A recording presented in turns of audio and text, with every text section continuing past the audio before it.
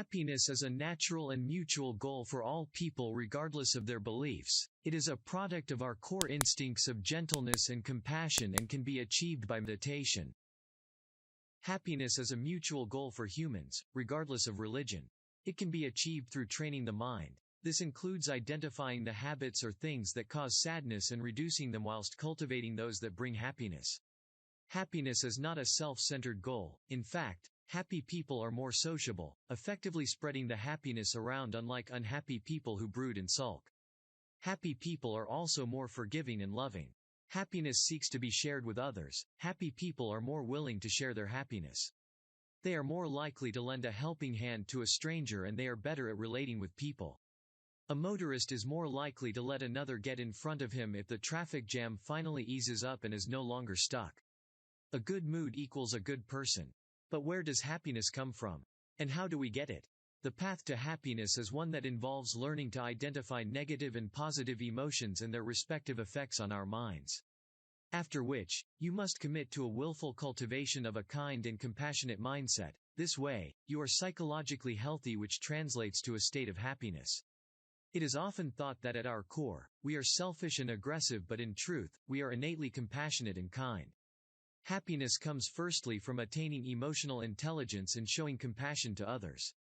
If ever you feel unsure about how to interact with people due to their mean or violent demeanor, remember that as humans, we have at our core the need to be gentle, compassionate and kind. Once you remember that, you'll find it much easier to see past their actions. The author claims that although violence and aggression are real emotions, they do not stem from our innate instincts. Instead, they are a product of intelligence, a need to survive as we evolved. Anger and aggression are a response to danger or threat. You must approach people armed with the knowledge that their outbursts aren't their fault but the result of frustration or sensed danger. A better understanding of people and why they feel these dark emotions will make it easier to interact with them without stirring up further frustration. A happy soul is one who is ready to open up to loved ones and friends and shows utmost compassion in his/her dealings with them. As humans, we tend to feel lonely, because we expect a certain level of openness and warmth before we show it to them. Loneliness, according to the Dalai Lama, is a product of our negligence of the importance of the many people we come across. The Dalai Lama believes that to fight loneliness is to approach people from a standpoint of openness and warmth. Even if they turn down your offer of a gentle exchange, you leave the scene feeling no regret because you acted in your good nature. We are all interdependent. Each one of us is part of a large wheel that runs perpetually. If you can recognize this system and yours and everyone else's place in it, you will move a step closer to feeling less lonely. If we let regret and the pain of rejection linger, we risk sinking into loneliness. Intimacy, as a tool for ultimate mental well-being and happiness, should also be used effectively. As such, there is a need to deepen our intimacy with others. This is achieved by first establishing empathy. Empathy is the act of juxtaposing oneself in the stead of the next person and attempting to feel the things they feel. It is a profound gesture and a surefire way to deepen intimacy with people. To be truly happy is to be wholly compassionate with your fellow man, woman, and to have compassion is to breed empathy. Empathy and compassion find roots in our need for intimacy, forming close relationships. With empathy, we can hope to find and sustain happiness through compassion. This kind of relationship takes a lot of compassion, but compassion can be misconstrued and twisted. The Dalai Lama says there are two kinds of compassion, one labored with forceful attachment to a person, the other is pure and selfless without a desire to imprison the person in our lives. This compassion seeks to understand and appreciate the struggle of the next person. That way, you are able to even help them through it. What is the place of compassion and what are the benefits? Compassion is woven into our DNA. It is increasingly beneficial to cultivate compassion because it is responsible for overall good mental health. A compassionate individual is one who doesn't seek conflict, and as such, he's easier to talk to. In being compassionate and finding happiness, you have been able to water compassion in the next person. This interconnectivity of souls is a highly enlightening and beneficial experience. Suffering is an inevitable part of our existence, and until we come to terms with its inevitable nature, we will continue to be tossed to and fro by whatever bout of suffering we experience. Suffering, although a great discomfort, is a part of our lives. It signifies the sum of bad things that can happen to us at a particular time or over a period of time. The author believes that we are often overwhelmed by our suffering because we fail to see its relevance. The whole world is going through suffering and will continue to do so perpetually. You must recognize that it is in fact inevitable. Suffering and joy are two sides of a coin, and you must approach each day with the expectation for either. Suffering isn't a punishment for some crime you committed but an essential part of existence. As much as suffering is a part of human existence, there are also various forms. One of note is the one we create and feed ourselves.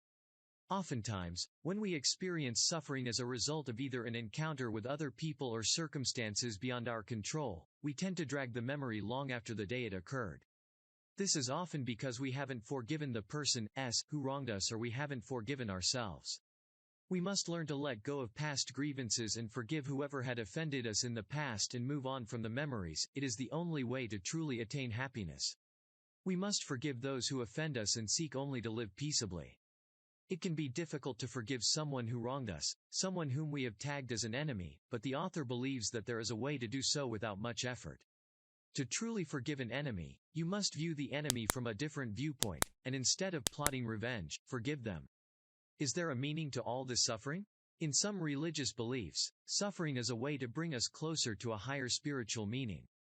So, when one suffers, it should be seen as a tool for spiritual upliftment, a chance to be vulnerable enough to receive spiritual recourse. Suffering can either make us stronger and ready to face whatever else is thrown at us, but it can also make us vulnerable, appreciative of our own place in the universe. Humans can endure a great amount of suffering if they know it was for a greater purpose or meaning. So when we suffer, instead of rejecting it altogether, think of it as a chance to either be a stronger individual or a more compassionate, open soul. Did you know? The Dalai Lama has a knack for repairing wristwatches.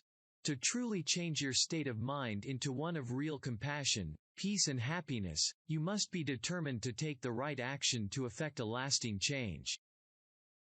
It can be difficult to change the way we think, feel, and see the world in general because many experiences we might have had in the past or are having right now. The author has outlined a few ways to change just how we think and how that can lead to happiness. If we change how we see the world, we can change the world. It requires a strong determination to take matters into your own hands and start on a path to change. It can be hard to generate enough enthusiasm to kick the old, familiar habits to the curb. If you wish to learn a new healthy but unfamiliar habit, you must first start to consciously practice it until it becomes a part of your routine. Only then can you accept the positive change it brings with it. It is easy to get distracted, discouraged and derailed from your path to happiness, and when you do get these feelings, it pays to respond with a positive outlook. This isn't to say you should deny reality, but that you accept it and identify the positive aspects of it. It is important to let go of injurious thoughts that spring up in our times of stress. Now, we must address the chief emotions responsible for the negative thoughts and mindset we are trying to rid ourselves of: anger and hatred. As humans, we are very prone to anger and hatred because of our vindictive nature. Anger and hatred, although strong emotions, can be put under control, tamed and ultimately reduced to the barest minimum. The problem with anger and hatred is that they are an enemy, but unlike other enemies, these emotions reside within us, feed off us and continue to grow. But this is an advantage because unlike any other enemy, you have control of this enemy and can determine just how much influence it has on you and your general mood. Patience and tolerance are the keys to a healthier life. When you are patient and tolerant, a lot of things no longer have a dire effect on your well-being. A patient and tolerant mind will forgive past wrongs and let go of the hurtful memories. This in turn translates into a kind of peace and happiness that is difficult to lose. Love and compassion are necessities, not luxuries. Without them, humanity cannot survive. The Dalai Lama. Anxiety is an enemy to us reaching our true potential and can be a hindrance to a truly happy existence, and only with intentional positive action and thought can we rid ourselves of its harmful effects. Anxiety is one of humanity's greatest chinks in our proverbial armor. It is an illogical yet logical assumptive reaction that can manifest in the strangest of ways.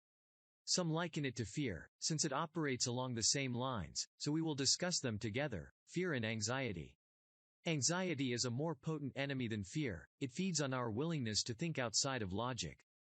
First, anxiety and fear can be good. There are scenarios where fear is healthy and a needed cautionary prompt. But other times, it can be a crippling factor that causes you to malfunction as a person, socially and otherwise. It can be a real bother, especially since it makes it difficult to properly navigate our daily lives. This is why we need to rid or reduce the effects of anxiety. Anxiety must be put under submission and fast before it wreaks irreparable damage. One way to do that is by cognitive intervention. This involves challenging the anxiety and the thoughts it generates with positive thoughts instead. So, when you are confronted by a negative thought, you respond with a positive one. For example, anxiety says you'll screw up a presentation, but instead of believing it, you respond with, "I don't aim to impress but to touch lives with my words," and you'll feel a weight lift off your shoulders. Finding lasting solutions to the plague of anxiety. Another method is identifying the motives behind every action you feel anxious about. This is tied into the determination and enthusiasm discussed earlier. When you discover the motives behind your intended action, all becomes clearer and easier for you. When you are worried about a performance, instead of focusing on your own competence, focus on the joy you are about to share with the audience and you'll find it easier to do it. Focus on the satisfaction you'll get when you complete the task and watch the anxiety fade away. Anxiety sometimes stems from a low self-esteem, and this might arguably be the worst kind. This kind of anxiety isn't suggesting that you are afraid to do something, it tells you that you cannot and will not be able to. An inferiority complex is a real issue in our world today, and it affects quite a number of people, maybe even you. So how do you build up self-esteem? By first being honest with yourself. Anxiety and low self-esteem will always flood your mind with lies that might be believable but are lies regardless. Being honest with oneself is accepting our strengths and weaknesses and working with them as they are. Self-deceit is a dangerous ally to seek shelter with. You must accept your strengths and weaknesses. The inferiority complex is wrong, but it keeps you under because you believe it. You must find the truth for yourself. You are capable of a lot of greatness and you have the potential to do great things. Conclusion. Every human is created equal in their search for happiness, and as such, it is a mutual goal regardless of race, faith, or background. The path to happiness is simple and clear. It is made easier by mental practices that calm the mind and deepen compassion. But of all the many ways to find and sustain happiness, the best one is developing a healthy spiritual life. Surprisingly, it encompasses all the many ways to ascend to a healthier mindset. Faith teaches compassion, kindness, confidence, and much more. Each human is daily seeking to be happy. You too can lend a helping hand by being patient and tolerant, in that way, teaching them to do the same to you. Compassion and empathy are two pivotal parts of attaining true happiness. A compassionate heart will always see cause to reach out and help as many as they can, spreading joy and happiness as they go. Empathy is also an important aspect. Without it, it would be impossible to truly feel the pain of those we wish to help. Empathy puts us in their shoes so we feel what they feel and understand just what they need to be happy. Empathy and compassion go hand in hand, but without patience and tolerance it might be a trying venture to spread happiness, especially to those reluctant to receive it in the first place. The art of happiness is attaining happiness and seeking to spread it. Try this. Take out time, maybe 20 to 30 minutes a day, to practice meditation or prayers before you head out, then do the same when you get back to your home.